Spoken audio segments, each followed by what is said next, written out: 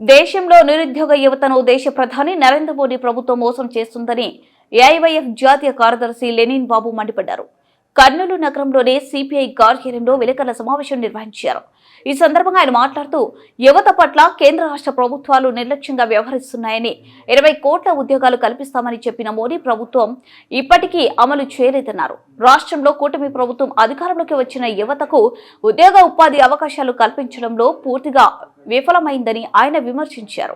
April 15 నుండి 18 తేదీ వరకు జాతీయ మహాసభలను తిరుపతి నగరంలో నిర్వహిస్తున్నట్లు, ఈ సమావేశాల్లో కేంద్ర రాష్ట్ర ప్రభుత్వాలపై ఒత్తిడి చేసి యువతకు ఉపాధి ఉద్యోగ అవకాశాలు కల్పించే దిశగా పోరాటాలకు సిద్ధమవుతామని ఆయన తెలిపారు.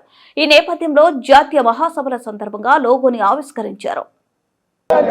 తిరుపతిలో జరిగే 17వ జాతీయ మహాసభలను తిరుపతిలో జరిగే ఏఐవైఎఫ్ జాతీయ మహాసభలను జయప్రదం చేయండి. ఏఐవైఎఫ్ 17వ జాతీయ మహాసభలను తిరుపతిలో జరిగే ఏఐవైఎఫ్ జాతీయ మహాసభలను పోరాటం ఉద్యోగ అవకాశాల కోసం వర్ధిల్లాలి అఖిల భారత యువజన సమైక్య, వర్ధిల్లాలి అఖిల భారత యువజన సమైక్య, జిందాబాద్ జిందాబాద్. 17వ జాతీయ మహాసభలను జయప్రదం చేయండి. ఏఐవైఎఫ్ జాతీయ మహాసభలను పోరాటం విద్యా ఉపాధి హక్కుల కోసం కల్పించాలి యువతకు ఉపాధి. 17వ జాతీయ మహాసభలు మే 15 నుంచి 18వ తేదీ వరకు తిరుపతి నగరంలో నిర్వహిస్తూ ఉన్నాం. ఈ సందర్భంగా దానికి సంబంధించిన లోగో కూడా విడుదల చేయడం జరుగుతూ ఉంది. ఈ ఆంధ్రప్రదేశ్లో విడిపోయిన తర్వాత మొట్టమొదటిసారిగా ఈ జాతీయ మహాసభలు నిర్వహించడం చాలా ప్రాధాన్యత కూడుకున్నది. అదేవిధంగా గత ప్రభుత్వం నుంచి ఇప్పటి వరకు అనేక యువజన వ్యతిరేక విధానాలపైన సమరశీల పోరాటాలు నిర్వహించడం జరిగింది. వాటిని ఒకసారి సమీక్షించుకుంటూనే భవిష్యత్తులో యువజన హక్కుల కోసం ఏ విధంగా ఉద్యమాలు చేయాలనేది ప్రధాన ఉద్దేశం. ఇప్పుడు ప్రధానంగా దేశంలో ఒక మహాసభల సందర్భంగా యూత్ ఫర్ రైట్స్, అదేవిధంగా యూత్ ఫర్ చేంజ్, యువత హక్కులు మార్పు కోసం యువత అనే నినాదంతో ఈ మహాసభ నిర్వహిస్తూ ఉన్నాం. ముఖ్యంగా ఈరోజు యువతకు ఉపాధి అవకాశాలు లేక నిరుద్యోగం పెరిగిపోతూ ఉంది. దేశంలో ప్రభుత్వ రంగ సంస్థలన్నీ మూసివేస్తూ ఉన్నారు. కొత్తగా పరిశ్రమలు రావడం లేదా. ఏడాదికి 2 కోట్ల ఉద్యోగాలన్న మోడీ ప్రభుత్వం ఉద్యోగాలు భర్తీ చేయడంలే.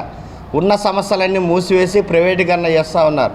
మేము చెప్పడం లేదు, గవర్నమెంట్ లెక్కల ప్రకారమే ఈరోజు 8 నుంచి 9% వరకు నిరుద్యోగం పెరుగుతుందో ఒకవైపున చెప్తా ఉన్నారు. అదేవిధంగా దేశంలో మత కలహాలు, మత సామరస్యానికి వ్యతిరేకంగా ఈ విభజన విధానాల ద్వారా వారు ఉంటున్నారు తప్ప ఈ దేశ అభివృద్ధికి కీలక పాత్ర వహించాల్సిన దేశంలో యువతకు ఉపాధి కల్పించడంలో వైఫల్యం చెందుతూ ఉన్నారు.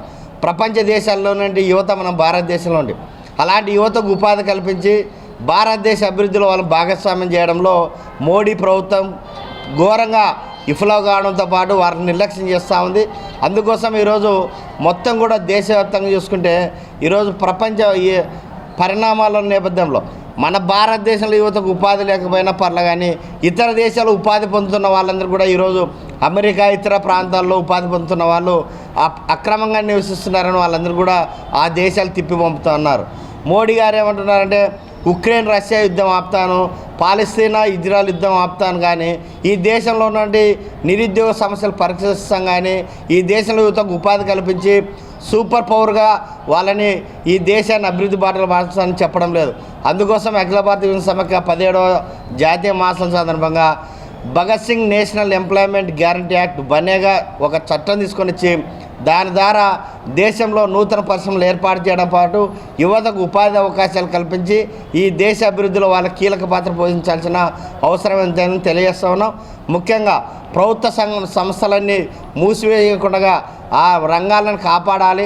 ఎందుకోసం అంటే ఈరోజు విమానాశ్రయాలు కానీ, రైల్వే, అదేవిధంగా ఓడరేవులు, గ్యాస్ కంపెనీలు, ఉక్కు ఫ్యాక్టరీలు అన్నీ కూడా ప్రైవేటీకరణ చేస్తే ఉద్యోగాలు ఏ విధంగా కల్పిస్తామని ప్రశ్నిస్తూ ఉన్నాం.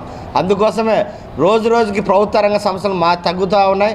ప్రతిరోజు కూడా ప్రైవేట్ రంగ సంస్థలు అదాని, అంబానీ, రిలయన్స్ వాళ్ళు పెరుగుతూ ఉన్నారు. అందుకోసమే ప్రైవేట్ రంగంలో కూడా రిజర్వేషన్లు కల్పించి యువతకు ఉపాధి కల్పించాలి.